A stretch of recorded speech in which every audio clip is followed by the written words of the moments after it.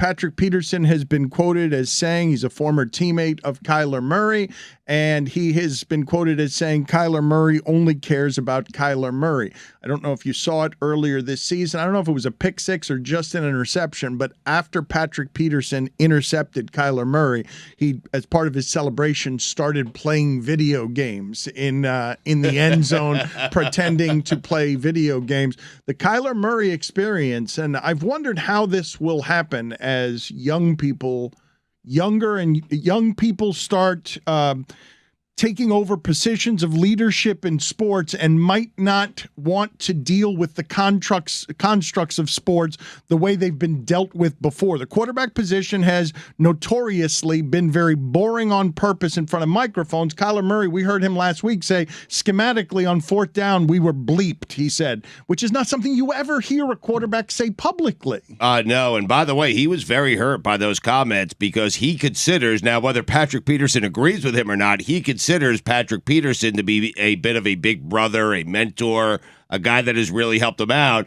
And I thought he had a very reasonable response when he said, hey, Patrick, if you're going to say that, like, hey, you have my phone number. Like, call me, invite me on, at least let me know that you're going to say that about me. I thought we were closer. He was really hurt by it. Yeah, the official tweet from Kyler Murray's verified Twitter account, this isn't true. You on some weird shit at P2. You got my number. If you really felt like this as a, quote, big bro or, quote, mentor, you're supposed to call me and tell me, not drag me so your podcast can grow. Again, though, he already mocked Kyler Murray in a sensitive spot by picking him off and pretending to play video games when the Kyler Murray controversy, such that it was that he had a contract clause that he had to study more because people are saying he's playing, what is it, too much Call of Duty? Yeah, but that's gamesmanship right there. Like, I think Kyler's okay with that. Those words hurt, especially if indeed you're trying to boost your podcast numbers at your friend's expense. What's going on there? The vibes in Arizona are so bad. His body language towards his coach, sometimes he's disgusted with the play. He's ripping his chin strap. He's not making it a secret that he's unhappy. Well, I ask you guys this when I talk about young people. Obviously, throughout the history of sports, that is a position that is careful.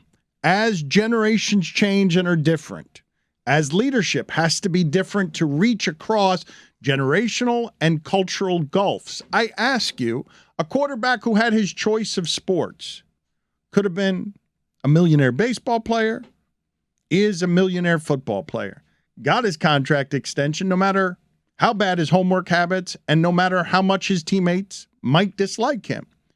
What happens when the Zach Wilsons of the world have a certain attitude for an age group and they don't want to play by the rules of, I'm not coming to the military school to be like every other quarterback ever. I want to do it differently. I'm going to speak differently. I'm going to behave differently. How do you like it? Well, it's Aaron Rodgers when it's working well, and it's Baker Mayfield when it's not. The league legislates it. Your play kind of dictates what kind of headache you're going to be. And right now, Kyler Murray kind of seems to be regressing.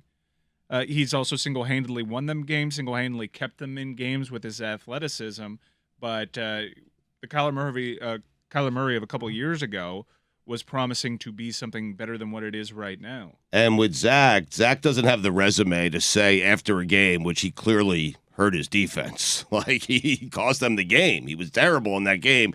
He doesn't have the resume to act like that yet. He hasn't done enough.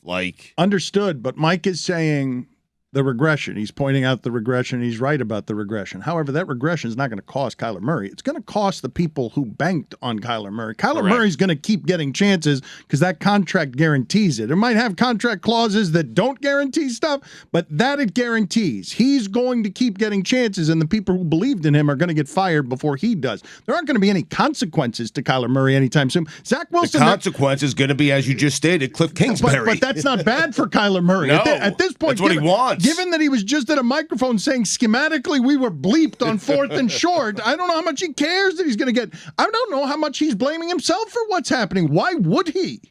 I just don't know what the answer is. Is it go after Lincoln Riley? I think he seems pretty happy.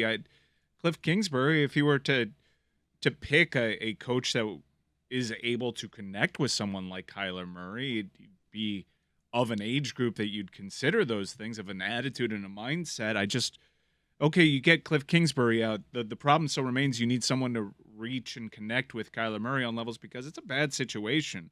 And the intangible stuff is real in that sport. When you can lose a locker room, it goes south pretty quick. You say Kingsbury, Mike, but he's a generation removed, and the new guy that's coming in is more like McDaniel, which is be an ally to Tua, believe in Tua. The new McVay. Does McVay strike you? How often have you seen McVay livid, rage-filled, screaming at anybody, demanding discipline and accountability? But it also, like, those are different guys too. Kyler Murray and Tua are different guys, different upbringings. Different ways to go about stuff. But I think Mike brings up an interesting point. Like, Kliff Kingsbury loves Kyler Murray, has loved him since high school, and Kyler Murray still can't connect with the guy who believed in him the most. Maybe Lincoln Riley is, a good choice. I don't know if I'm Lincoln, if I leave USC in that situation for Arizona. I'm just struggling to pinpoint. They're going to have a coaching search, you got to imagine, and Kyler Murray's contract dictates that they're going to have to.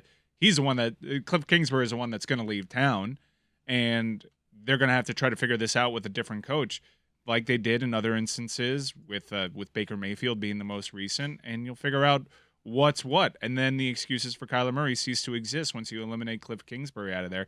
I mean, he's very clearly, you don't say schematically we were effed if you're on the same page with your coach. You don't say the F word to your coach for everybody on national television to read your lips if you're on the same page with your coach. They've very, very clearly been off all year.